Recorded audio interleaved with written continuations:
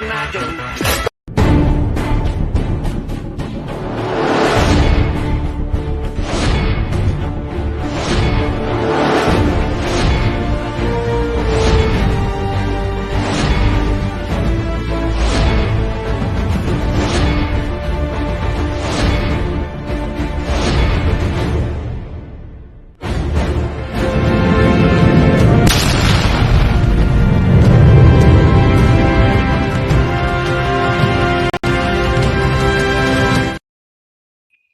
Hey fellow mutants, welcome back to another video. In this video, I'm going to be doing a video about this article that I've seen on Collider, and yes, I sometimes use Collider as my sources, about 10 life action superhero shows everyone has forgotten about. I'm guessing, based on the picture, Legends of Tomorrow is going to be among the list. I, I rarely ever read articles ahead of time. Partially because the first time you guys might be watching this video and hear me read the article, I want to be the first time for me as well. Um, so if you guys also want to read this article on your own, without having to hear my voice, I will per always put said article in the description below. Anywho, in the description below, yeah. Anywho. So at number 10, Constantine. Constantine follows the story of the title character, played by Matt Ryan, as he goes from a typical con man to a supernatural detective, demon hunter, and master of occult. His main goal is to save innocent people from supernatural threats due to the rising darkness of course, his attitude gives off more anti-hero vibes, as he is very reluctant to actually be a detective and save the world. Namely because he has already sold his soul and doesn't really have any reason to help out. Alongside the comic book accurate portrayal of John Constantine, the show was praised for its special effects, dark and creepy atmosphere, and fast-paced action sequences. Sadly, it wasn't enough to land a second season. The show was cancelled due to a new up-and-coming pilot on NBC, all valid on the COVID time slot. Since it only lasted one season, it isn't too surprising that Constantine is one of those forgotten shows. Thankfully, Ryan was able to reprise his role in DC's Legends of Tomorrow for those fans who didn't forget about his witty and uncouth portrayal of the Warlock. Yeah, he was in the Arrow first, but his first name was in Arrow. I wonder if because I remember this though. I never seen it, but I remember seeing commercials for it. I want to see it. I think this might be on Netflix. I might be wrong about that, but if it is on Netflix, I'll give it a watch. But my point is, and welcome to tell me otherwise if it's not. But I wonder if the version of Constantine from the show is from the same version of him from the Arrowverse. If that makes sense. Let me know if that's the case. Anyways, there was a 1977 Spider-Man series. What? This entire time I thought Tobey Maguire was the first incarnation of Spider-Man, but no. His robe. This looks so bad. This looks so bad.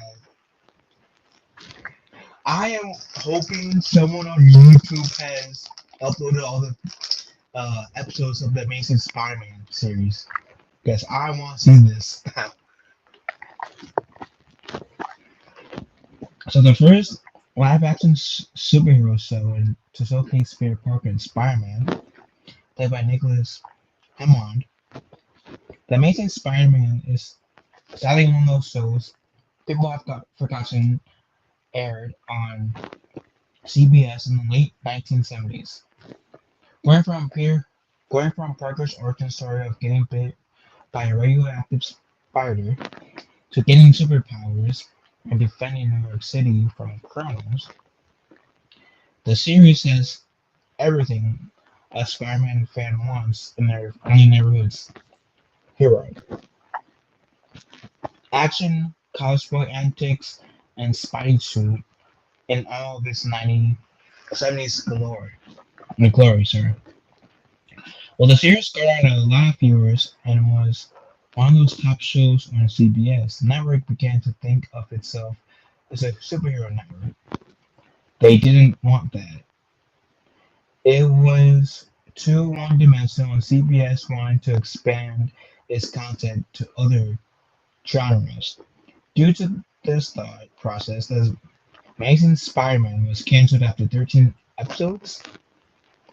There were rumors that him and Spider-Man would get a TV movie revival, teaming up with the Incredible Hulk cast and wearing an all-black suit. Unfortunately, it didn't happen. An all-black suit? So does that mean we're gonna have uh, the symbiote? And I wonder, would that mean we would have gotten a 1977? 1977 was, I believe, the same year as the Star Wars came out. But a 1977 version, live action Venom? Oh, dude. I wonder about Jim Jordan Jameson's. If I so happen to watch the series, I will so have to tell you guys how I feel about it. Anyway, number 8 is Inhumans, 2017. Unfortunately, I remember this. So, with a good premise coming off Agent of S.H.I.E.L.D., as a misspelled shield, introduction to the Inhuman race, Inhumans did a lot within its sole season, and sadly none of it was good, and virtually everything was forgotten by fans of the MCU. Unfortunate too, considering how good of a reception Inhumans received when they originally showed up in the MCU. This show follows the Inhuman royal family as they are forced to flee to Hawaii after a military coup. Go. Coup. There we go. There they plan to save the world using their interesting gifts, such as Black Bolt's ability to create epic destruction with nothing more than a whisper, and Karnak ability to see the fault in literally everything, making him a pretty cynical character because nothing is ever good enough. He's one of the most annoying and worst characters in Marvel television. The show is considered one of the worst in the MCU, with boring writing and low budget looking set designs. Christian Holog, Entertainment Weekly even said Inhumans will probably be forgotten in the greater MCU. While Black Bolt was seen in Doctor Strange in the Multiverse of Madness, it will mostly be a little while until any Inhuman heroes are seen on either the silver or small screen. I've heard that was horrible. The Inhuman show was horrible. I ain't never seen it, but I've heard it was a bad series. Um, is that Aubrey Plaza? Legion, 2017. I never even heard of Legion. Uh, and an interesting turn of events. Legion doesn't tell the story of the iconic mutant Charles Xavier, aka Professor X, but rather his son, David Haller. Is Haller's origin story, going from a man who is thought to have schizophrenia, schizophrenia, to learning that he is actually a strong and powerful mutant with psychic abilities, including telekinesis, telepathy, and teleportation. Um, lasting 3 seasons, Legion was praised for its visually beautiful set and the narrative's structure set it apart from other superhero shows. Not only Aubrey Plaza as the villain is always fun to watch. So then that okay. So then Aubrey Plaza was in 2 Marvel shows because she's also in the X-Men series. Okay. Even though the series was praised and gained a strong following, it is often forgotten as one of the better superhero television shows since streaming platforms are becoming oversaturated with content. The series is said to have a strong connection to the X-Men and incarnation of Professor X in the film franchise. The showrunners even approached both Patrick Stewart and James McAvoy to reprise their film roles in the series. I personally want to know if they reprised their roles or not. In the end, neither of them would wound up on the show. Okay, that answers my question right there. And the fans are still waiting to see some of the recent heroes in the movies. I mean, I guess it's possible. I mean, I feel like if Deadpool and Wolverine didn't have any of the Legion um, cast, then I feel like it's a really low chance that they will be coming back. Granted, in the MCU, we're still part of the multiverse saga, and practically anything is possible. I never thought I would see Tobey Maguire or Andrew Garfield again as Spider-Man, especially in the same movie with their respective villains for the most part. So, like, my point is, anything is possible. Is it? I don't know if this in this case would be as likely to have the Legion characters as was for like Daredevil and Kingpin joining the MCU. If that makes sense. Anyways, play the series. Wait, there was a series played, and why isn't this on?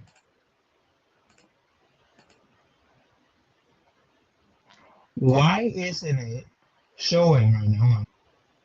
Okay, and so there was a Blade series.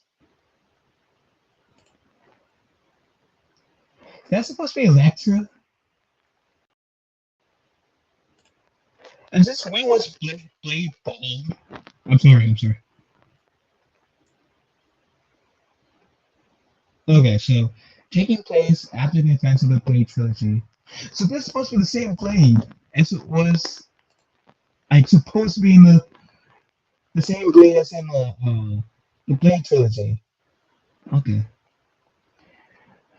The show Blade series, the series, did something very interesting. They recast the title character of Eric Brooks, replacing Wifey Snipes with Kirk Sticky Jones. What the hell? Okay. Even though the actor was different, the premise of the show was still Blade as he took care of business, taking out every vampires and helping people in need. This case, Krista Starr, a woman on avenging her brother, who was killed by a vampire, became obsessed with her and even turned her into one. Needless to say, she wasn't overly happy with that development. The show was packed with action, but didn't hold the punch Blade fans were looking for. Riddled with vampire cliches and the distinct absence of Snipes as the lead, Blade the series didn't turn into a series. It was cancelled after 1 season and pretty much forgotten among the Marvel fanbase until Snipes reappeared as Blade in one of the best cameos in Deadpool and Wolverine years later. I have to say, The fact that this went under my radar, that nobody like even mentioned this to me, saying, "Hey, there was a Blade series," and even might I add, even the Deadpool and Wolverine series made no mention. Oh, they're being recast, and how Wesley Snipes says there's only one Blade. Like, does that mean?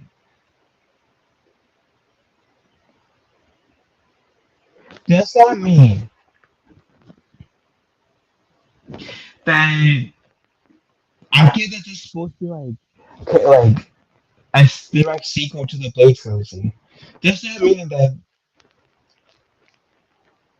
there's a fucking segment worth mentioning? Are they counting the Blade series as part of canon to the Wesley Snipes, like the Deadpool versus Deadpool and Wolverine movie? I am curious now. Anyways, I'm gonna stop because I'm gonna stop. I'll have to watch the show if I can find it. The Incredible Hulk, the 1997 series. This series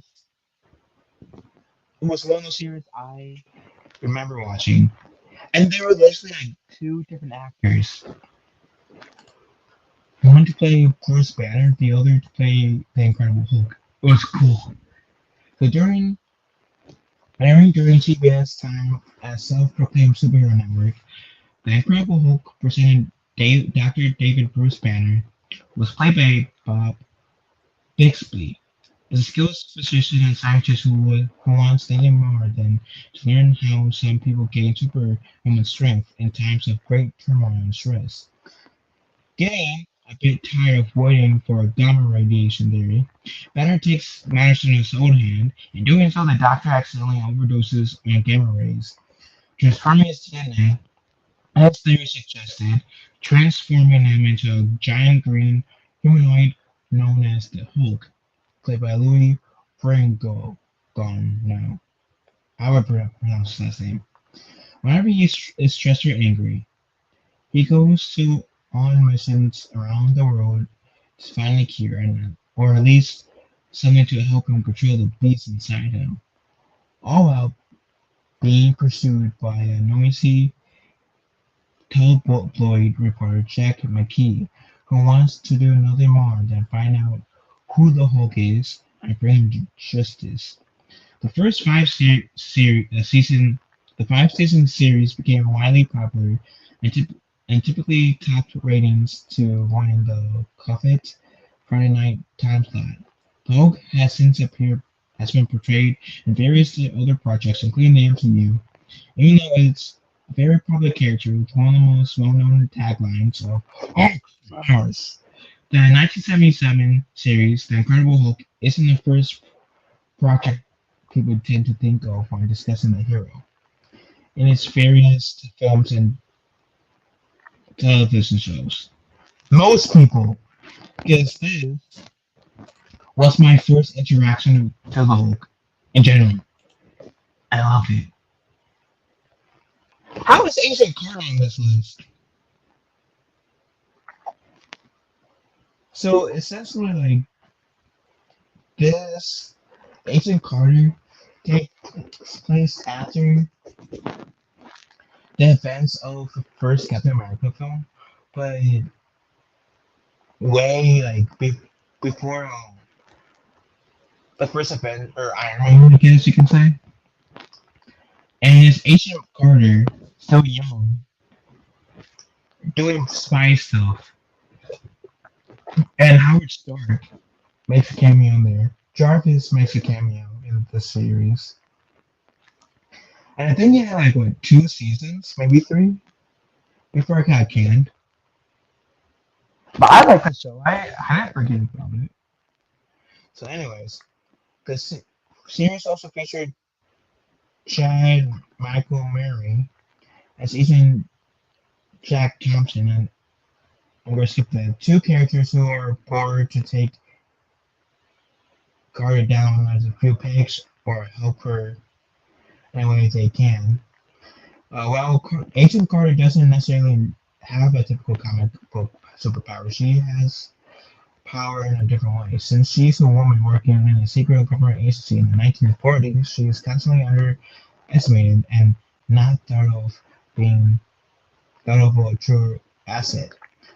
Carter loves to prove men wrong, showing her skills as an agent and being a force to be reckoned with. Yeah, Howard Stern, there we go. I like this series. I didn't think it was bad. I wish I had like what third season. I was listening to okay. So Lessons of Tomorrow was pretty much the time traveling series for the Arrowverse. Made up of like some heroes, some villains working together to protect time.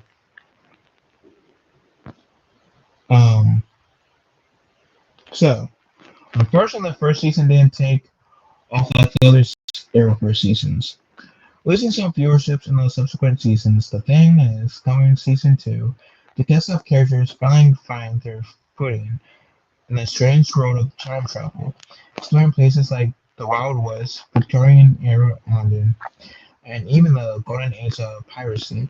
Unlike some of the other series in the DC multiverse, Legends of Tomorrow brings fast-paced action sequences, interesting character dynamics, and throw the display on the window episodes that are both comedic and serious. I I don't know because I enjoyed this series because it was that one Arrowverse series that yeah it took itself seriously, but not as seriously as like Arrow or The Flash or Black Lightning, um, or the other Supergirl or the other Arrowverse shows that were in the lineup. I feel like there's like at least one of those shows in the Arrowverse that are not even worth mentioning that got three seasons. And I'm referring to Batwoman. Um, so I don't know how Let's Something More came on this list. Anyways, the $6 million man. The fuck?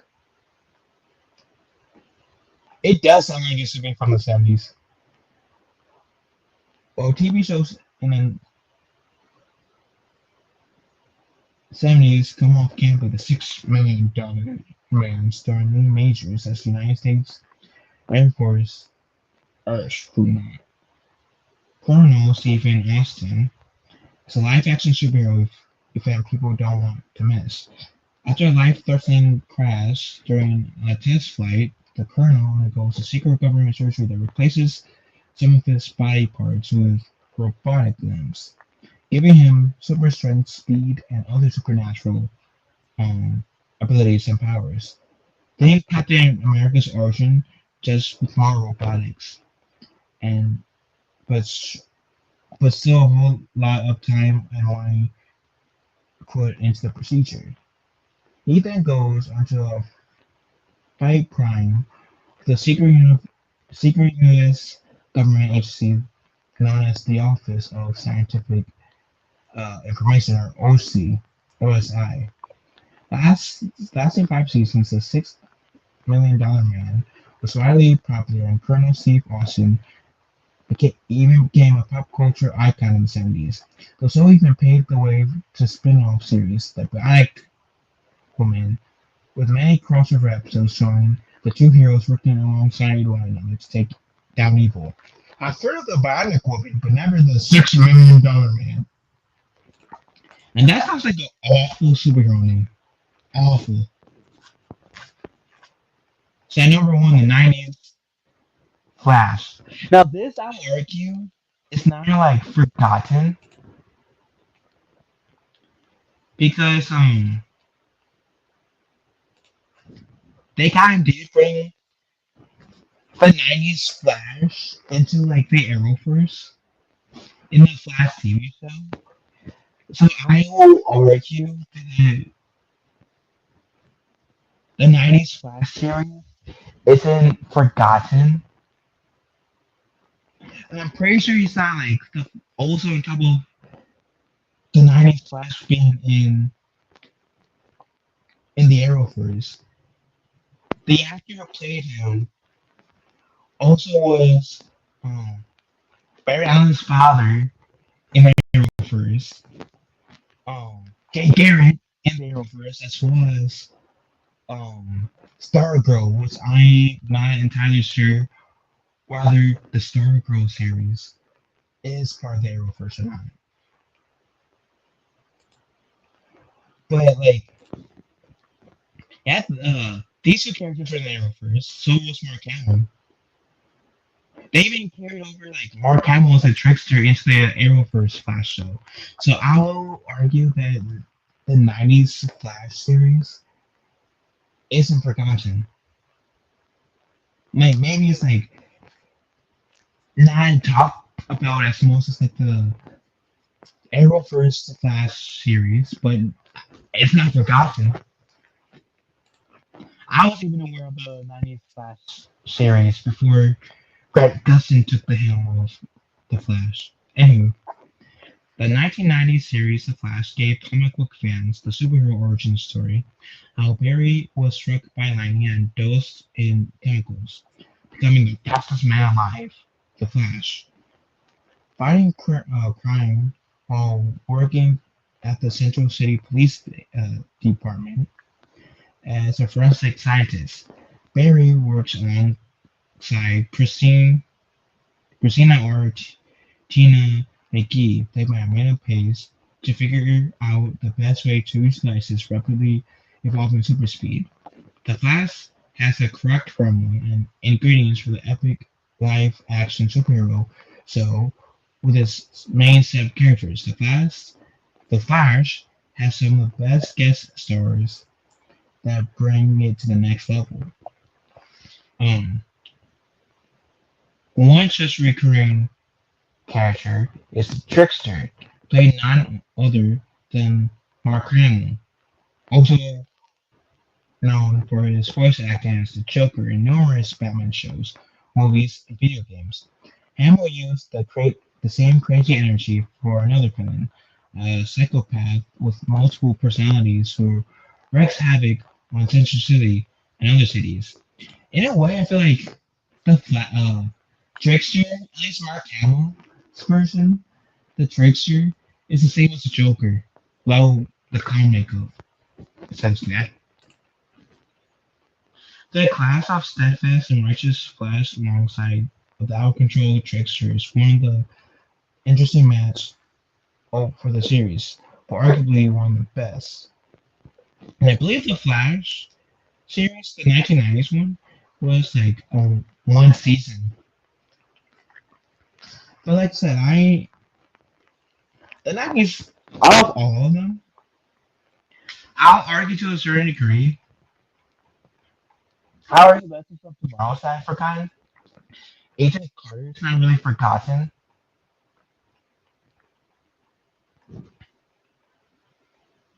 And to a lesser degree, Constantine isn't really forgotten either. Now the others, like the 1977 Spider-Man show, maybe, and the Inhumans, maybe, Legion, maybe, the Blade series, most likely, the Incredible 1977's Hulk, maybe, but and $6 Million Man, maybe, but the Flash series, no, I don't think it was forgotten. But that was a pretty interesting series. I would say I would have swapped the number one spot for the Flash to be Ninja Turtles Next Mutation. I feel like that would be a more forgettable show in terms of superhero shows than the 1990s Flash. I feel like. I don't know. I don't know. Like if I ask someone, which series would you know better, the 1990s Flash or the Next Mutation Ninja Turtles? I don't know how which one will get the more exposure being one who knows. I don't know. Anyways, what do you guys think about this article? I mean, know in the comments down below. Love y'all. Have a wonderful day. Be kind to one another. I will talk to you fellow mutants later. Entertainers.